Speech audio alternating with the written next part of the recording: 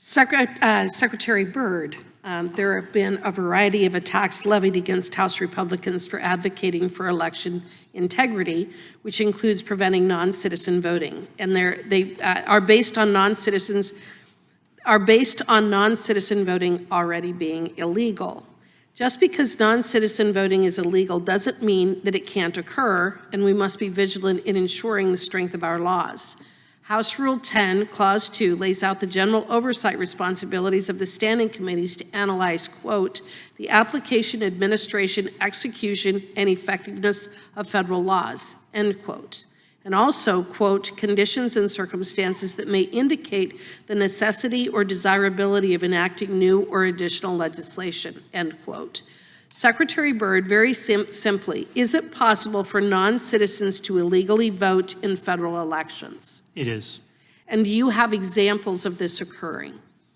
We do. I mentioned 2 individuals in Florida who've been recently arrested and charged with illegally attempting to vote in Florida elections.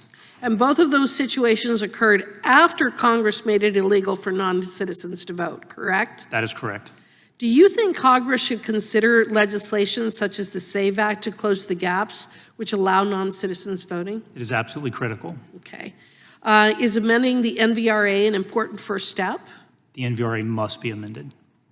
And can states, when administering services such as social and medical benefits, impact either intentionally or unintentionally the federal prohibition on non-citizens votings? Yes. Okay.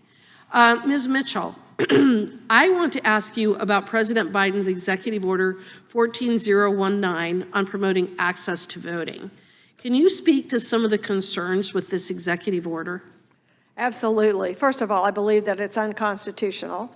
But having said that, why is it that the Biden administration has absolutely resisted every effort to turn over any of the plans by any of the agencies? The House Committee on Administration issued subpoenas in July to every cabinet secretary and have asking for the plans for implementing Executive Order 14019. And not a single agency plan has been turned over to the House Administration Committee. And I included in my written testimony a file from a whistleblower who sent to me. He is a U.S. Marshal, and he sent the Department of Justice guidelines, instructions to all the U.S. Marshals, requiring them, notifying them that they are required to offer voter registration materials and voter education materials to everyone with whom they come into contact, including, and he sent me a file of someone who had to be registered to vote, who is a prisoner in a Texas federal facility. He's imprisoned for violating federal law because he was deported and returned. He's a Mexican citizen.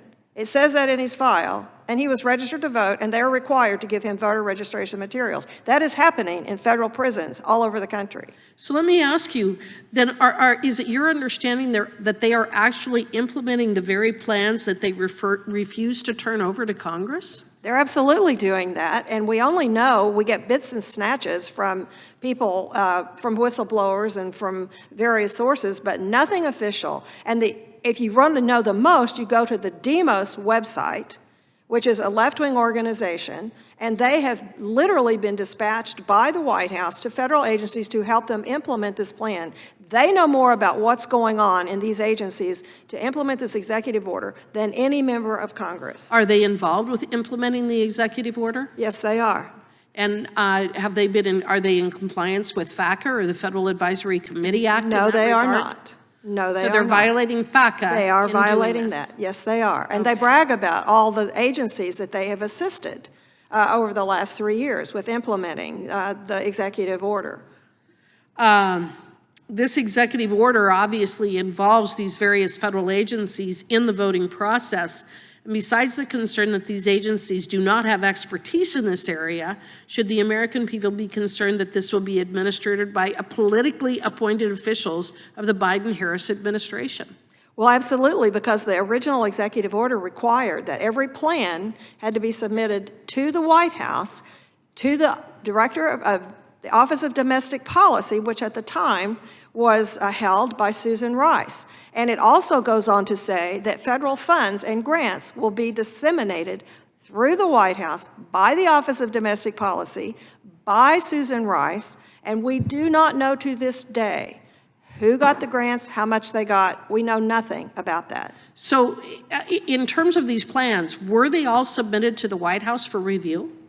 We presume that they were, because they were directed to do that, but And they're we being, don't know. And they're being implemented as we speak. They are being But implemented. we as we Congress have not been able to get our hands on the documents. Not a single document. I guess I have a question. Why would they want to hide this information? That's a good question. I yield back.